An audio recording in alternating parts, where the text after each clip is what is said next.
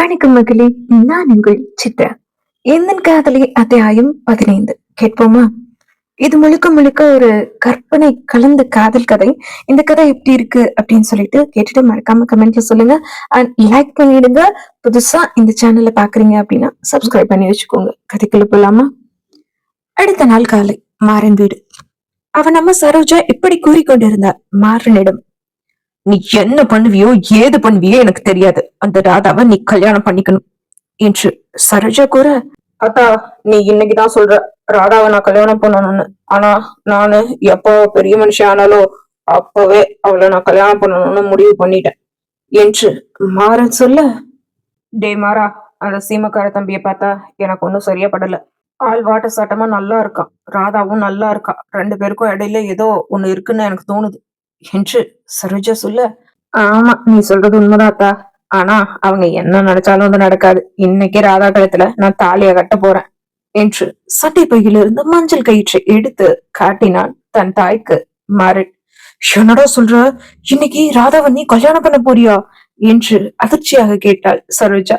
ஆமா, இன்னைக்குதான். ராதா தனியா இருக்கிற மாதிரி ஒரு சந்தர்ப்பம் எனக்கு கிடைச்சா போதும். ராதா கழுத்துல இந்த மஞ்ச கைத்த கட்டி இன்னைக்கு அவளை நான் என் பொண்டாட்டி ஆக்கிக்குவேன். அப்புறம் யார் என்ன செய்ய முடியும்? அவளுக்கு புருஷன் நான் தான், எனக்கு பொண்டாட்டி அவதான். இதை யாராலும் மாத்த முடியாது என்று மாறன் சொல்ல, அன்று ஞாயிற்றுக்கிழமை ஜோதி தன் தோழியோடு அரச மரத்தடிக்க வந்தாள். ஜோதி தன் தோழியை பார்த்து, எனக்கு ஒரு அசடி, இந்த ஊஞ்சல்ல நான் உட்கார்ந்துக்கிறேன், என்ன நீ வேகமா தள்ளிவிடு, நான் ஊஞ்சல்ல வேகமா ஆடணும், 5 நிமிஷம் மட்டும் எனக்கு தள்ளிவிடுப்பா பிளீஸ்பா என்று ஜோதி தன் தோழியிடம் கேட்க, சரிடி நீ உட்காரு, நான் ஆட்டி விடுறேன் என்று ஊஞ்சலில் உட்கார்ந்த ஜோதியை வேகமாக ஆட்டிவிட்டாள் அவளின் தோழி. ஊஞ்சல் வேகமாக பறக்க ஜோதி மிகவும் சந்தோஷப்பட்டாள். ஊஞ்சலில் ஆடி இறங்கினாள் ஜோதி. ஜாலியா இருந்துச்சுடி, ரொம்ப தேங்க்ஸ் என்று தன் தோழியிடம் ஜோதி சொல்ல, அந்த நேரம் கண்ணனும் அங்கு வந்தான். மாமா, இன்னைக்கு நான் இந்த ஊஞ்சல்ல ரொம்ப வேகமா ஆடினேன், என் ஃப்ரெண்ட ஆட்டி விட்டா, எவ்வளவு ஜாலியா இருந்துச்சு தெரியுமா என்று சொன்னார் ஜோதி.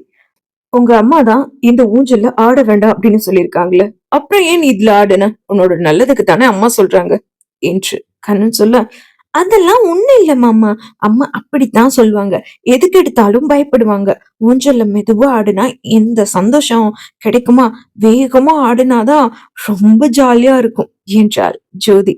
பேசிக்கொண்டிருக்கும் போதே அவள் நிலை தடுமாறி மயங்கி கீழே விழுந்தாள். கண்ணனுக்கு என்ன செய்வதென்றே தெரியவில்லை. ஜோதி மயங்கி விழுந்ததை பார்த்ததும் அங்கு கூட்டம் கூடியது. தண்ணீர் எடுத்து வந்து ஜோதியின் முகத்தில் தெளித்து பார்த்தான் கண்ணன். ஜோதி எழுந்திருக்கவே இல்லை. கருப்பராயன்பட்டியிலிருந்து மருத்துவமனைக்கு வெகு தொலைவு செல்ல வேண்டும். கண்ணன் ஜோதியை தனது காரில் எடுத்து கூட்டிக் கொண்டு சுவாதியையும் அழைத்துக் கொண்டு மருத்துவமனைக்கு சென்றார். 16 நாட்கள் ராதா அந்த ஊரை விட்டு வெளியில் வரக்கூடாது என்பதால் சுவாதியை தன்னோடு அழைத்து சென்றான் கண்ணன். ராதாவை குடிசையிலேயே விட்டுவிட்டு. ராதா குடிசையில் தனியாக இருந்தார். மயங்கி விழுந்த ஜோதியை சுவாதியின் துணையோடு அழைத்துக் கொண்டு மருத்துவமனைக்கு காரில் விரைந்தான் கண்ணன். ஜோதி மூச்சு விட மிகவும் சிரமப்பட்டு கொண்டிருந்தாள். நீ பயப்படாத, தைரியமா இருமா, நான் இருக்கேன், உனக்கு ஒண்ணும் ஆகாது, தைரியமா இரு என்று கண்ணன் காரை ஓட்டியவாறே சொன்னான். மாமா, எனக்கு ரொம்ப பயமா இருக்கு, எங்க அம்மாவை பாக்கணும் போல இருக்கு என்றாள் ஜோதி மூச்சு விட சிரமப்பட்டு கொண்டே. அம்மாக்கு சொல்லியாச்சுமா, அம்மா ஹாஸ்பிட்டலுக்கு வருவாங்க, நாம இப்போ ஹாஸ்பிட்டலுக்கு போயிடலாம், உனக்கு ஒண்ணும் ஆகாது, தைரியமா இருமா என்று ஜோதியிடம் சொன்ன கண்ணன் காரை மின்னல் வேகத்தில் ஓட்டிச் சென்றான். ஜோதியின் அம்மாவுக்கு தகவல் போனது. ஜோதி மருத்துவமனையில் அனுமதிக்கப்பட்டாள். ஜோதியின் அம்மா பாத்திரிக்கொண்டு மருத்துவமனைக்கு ஓடி வந்தாள். ஐயோ தம்பி, என்ன ஆச்சு ஜோதிக்கு, அவளுக்கு என்ன ஆச்சு என்று கதறி துடித்தாள் ஜோதியின் அம்மா கண்ணனை பார்த்து. அவளுக்கு ஒண்ணும் இல்லைங்க, கொஞ்ச நேரம் பொறுமையா இருங்க, டாக்டர் உள்ள பாத்துக்கிட்டு இருக்கார் என்று சொன்னான் கண்ணன். தம்பி, எனக்கு ஜோதியை விட்டா யாருமே கிடையாது, நான் இந்த உசுரை பிடிச்சு வாழுறது அவளுக்காகத்தான், அவ இல்லைன்னா நான் இந்த உலகத்துல இருக்கவே மாட்டேன் என்று கதறினார் ஜோதியின் தாய். அம்மா, நான் தான் சொல்றேன்ல, அவளை நம்ம மருத்துவமனைக்கு கூட்டிட்டு வந்தாச்சு, இனி டாக்டர் பாத்துப்பாங்க, நம்மளுக்கு என்ன ஆனாலும் எவ்வளவு செலவானாலும் நான் பாத்துக்கிறேன், நீங்க கவலைப்படாதீங்க, ஜோதிய எந்த பிரச்சனையும் இல்லாம பத்திரமா உங்க கையில சேர்க்க வேண்டியது ஏன் பொறுப்பு என்று ஆறுதல் வார்த்தை பேசினார் ஜோதியின் அம்மாவிடம் கண்ணன். அந்த சமயம் ஜோதியை பரிசோதித்து விட்டு மருத்துவரும் அறையிலிருந்து வெளியில் வர, டாக்டர் என்னாச்சு ஜோதிக்கு, இப்ப பரவாயில்லையா எவ்வளவு செலவானாலும் பரவாயில்ல, ஜோதியை எப்படியாவது காப்பாத்துங்க என்றான் மருத்துவரை பார்த்து கண்ணன். நீங்க யாரு என்று கண்ணனை பார்த்து மருத்துவர் கேட்க, ஆம், நான் ஜோதிக்கு அண்ணன் மாதிரி என்று சொன்னான் கண்ணன். ஜோதி அம்மா யாரு என்று கண்ணனை பார்த்து மருத்துவர் கேட்க, கண்ணன் ஜோதியின் அம்மாவை கை காட்டினான். இவங்கதான் ஜோதியோட அம்மாவா என்றார் மருத்துவர். நான் தான் சார், நான் தான் சார் ஜோதியோட அம்மா என்று ஜோதியின் அம்மா சொல்ல, இதுக்கு முன்னாடி இந்த பொண்ண வேற ஏதாவது மருத்துவமனைக்கு கூட்டிட்டு போய் காட்டியிருக்கீங்களா என்றார் மருத்துவர் ஜோதியின் அம்மாவை பார்த்து. அதற்கு ஜோதியின் தாய், ஆமாங்க, கூட்டிட்டு போயிருக்கேன் என்றார். அவங்க ஜோதியோட நிலைமைய பத்தி உங்ககிட்ட சொன்னாங்களா என்றார் மருத்துவர்.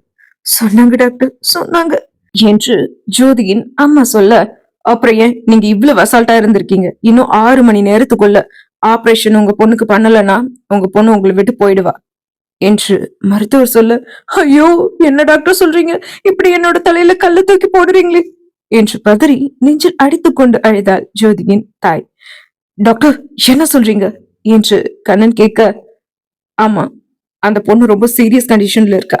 இன்னும் 6 மணி நேரத்துல அவளுக்கு ஆபரேஷன் பண்ணலன்னா அந்த பொண்ணு இறந்துடுவா என்று மருத்துவர் சொல்ல, டாக்டர் நீங்க ஆபரேஷனுக்கு தேவையான எல்லா ஏற்பாட்டையும் பண்ணிடுங்க என்று கண்ணன் கூற, ஆபரேஷனுக்கு 10 லட்சம் ரூபாய் செலவாகுமே என்று மருத்துவர் சொல்ல, பணத்தை பத்தி நீங்க கவலைப்படாதீங்க, நான் அந்த பணத்தை கொடுக்குறேன் என்று டாக்டரிடம் சொன்னான் கண்ணன். தம்பி, நீங்க எனக்கு தெய்வம் மாதிரி, எப்படியாவது என் பொண்ணை காப்பாத்தி கொடுங்க என்று கண்ணனின் காலில் விழுந்து அழுதாள் ஜோதியின் தாய். ஐயோ ஏன் காலில் எல்லாம் விழுகிறீங்க என்று ஜோதியின் தாயை எழுப்பி நிற்க வைத்த கண்ணன், நீங்க ஒண்ணும் கவலைப்படாதீங்க, நான் சொன்ன மாதிரி ஜோதியை நல்லபடியா காப்பாத்திடலாம், அவளுக்கு ஒண்ணும் ஆகாது என்று கூறிவிட்டு, டாக்டர் இப்ப நாங்க ஜோதியை பார்க்கலாமா என்றான் கண்ணன். போய் பாருங்க, ஆனா ஒருத்தரா போய் பாருங்க என்று கூறிவிட்டு மருத்துவர் அங்கிருந்து நகர்ந்தார். கண்ணன் ஜோதியை பார்க்க அவள் அனுமதிக்கப்பட்டிருந்த அறைக்குள் சென்றான். ஜோதி இப்போ உனக்கு பரவாயில்லையா என்றான் ஜோதியை பார்த்து கண்ணன். மாமா, எனக்கு மூச்சு மூச்சு விடவே ரொம்ப கஷ்டமா இருக்கு என்றாள் ஜோதி. உனக்கு ஒன்னும் ஆகாது, இன்னும் கொஞ்ச நேரம் தான், அப்புறம் எல்லாம் சரியாயிடும், மாமா பாத்துக்கிறேன், சரியாயிடுமா என்று கண் சொல்ல, நான் ஒண்ணு சொன்னா செய்வீங்களா மாமா என்றாள் ஜோதி. என்ன செய்யணும் சொல்லுடா என்றான் கண்ணன். மாமா, எனக்கு ஏதாவது ஆச்சுன்னா எங்க அம்மாவை நீங்க பாத்துப்பீங்களா என்று ஜோதி கண்ணனிடம் கேட்டதும், அப்படியெல்லாம் சொல்லக்கூடாது, உனக்கு எதுவும் ஆகாது, சரியா? நீ பயப்படாம அமைதியா இருக்கணும், உனக்கு சீக்கிரமா சரியாயிடும், நான் உன் கூடவே இருக்கிறேன் என்று கண்ணன் சொல்லவும், சரி மாமா என்று தலையாட்டினாள் ஜோதி. கண்ணன் அந்த அறையை விட்டு வெளியில் வந்தான். அண்ணி, நீங்க இங்கிருந்து ஜோதியையும் அவங்க அம்மாவையும் பாத்துக்கோங்க, நான் போய் ஆபரேஷனுக்கு தேவையான பணத்தை கட்டிட்டு வந்துடுறேன் என்று சொல்லிவிட்டு கண்ணன் அந்த மருத்துவமனையில் ஜோதியின் ஆபரேஷனுக்கு தேவையான எல்லா பணத்தையும் கட்டிவிட்டான். ஜோதிக்கு அறுவை சிகிச்சையும் வெற்றிகரமாக செய்யப்பட்டது. 3 மணி நேரம் தொடர்ந்து அறுவை சிகிச்சை செய்யப்பட்டது. அறுவை சிகிச்சை முடிந்து வெளியில் வந்த மருத்துவர் கண்ணனிடம், எல்லாம் நல்லபடியா முடிஞ்சது, இனி ஜோதிக்கு எந்த பிரச்சனையும் இல்ல, நீங்க கவலைப்படாம இருங்க என்று கூறினார். ரொம்ப தேங்க்ஸ் டாக்டர் என்று சொன்னான் கண்ணன் மருத்துவரிடம். ஜோதியின் தாயை பார்த்து, அம்மா, உங்க பொண்ணுக்கு இனி எந்த பிரச்சனையும் வராது, அவ நல்லபடியா இருப்பா, ஆபரேஷன் முடிஞ்சிருச்சு, இனி நீங்க எதை பத்தியும் கவலைப்பட வேண்டாம் என்று மருத்துவர் சொல்ல, ரொம்ப நன்றிங்க டாக்டர் என்றார் ஜோதியின் தாய். மருத்துவர் அங்கிருந்து சென்றதும் ஜோதியின் தாய் கண்ணனை பார்த்து, தம்பி, இந்த காலத்துல கூட பிறந்தவங்களே உதவி செய்ய மாட்டாங்க, ஆனா இப்பதான் உங்களை எங்களுக்கு தெரியும், கொஞ்ச நாள் பழகின எங்களுக்கு நீங்க இவ்வளவு பெரிய உதவி செஞ்சிருக்கீங்க, உங்களை என் வாழ்நாள்ல நான் மறக்கவே மாட்டேன் என்று கண்ணனின் கைகளை பிடித்து நன்றி கூறினார் ஜோதியின் தாய்.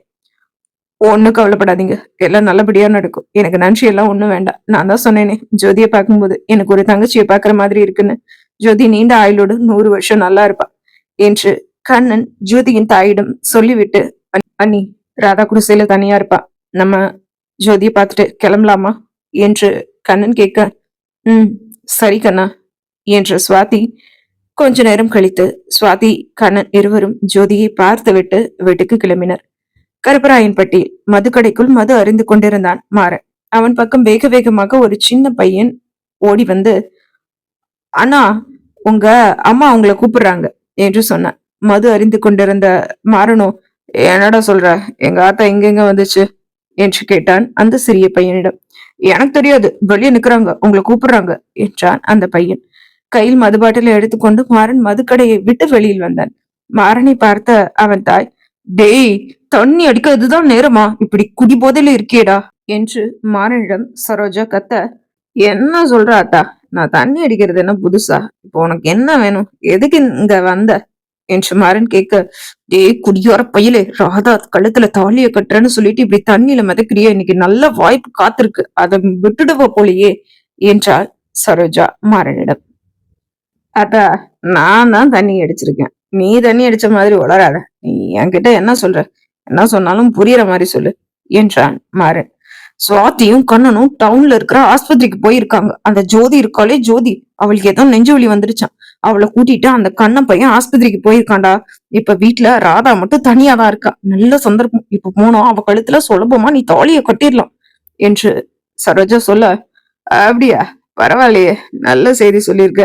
இன்னைக்கு கல்யாணம், நாளைக்கு ஊரையே கூட்டி கைசோறு போடலாம் என்ன என்று மாறன் சொல்ல, டேய் நீ ஏன் தடுமாறிட்டு இருக்க? இந்த லட்சணத்துல போய் எப்படி அவ கழுத்துல தாலிய கட்டுவ என்று சரோஜா சொல்ல, தண்ணி போட்டிருந்தா தெளிவில்லாம போயிடுமா? நான் நல்லா தெளிவா இருக்கேன். நீ வீட்டுக்கு போ, அவ குடிசைக்கு போய் அவ கழுத்துல தாலிய கட்டி மருமகளா வீட்டுக்கு கூட்டிட்டு வர. நீ போய் மத்த ஏற்பாடுகளை பண்ணு என்று சொல்லிவிட்டு தன் தாயை அனுப்பிவிட்டு ராதாவின் குடிசைக்கு விரைந்தான் மாறன். மாறன் ராதா கழுத்தில் தாலியை கட்டுவானா என்பதை அடுத்த அத்தியாயத்தில் பார்ப்போம். நன்றி.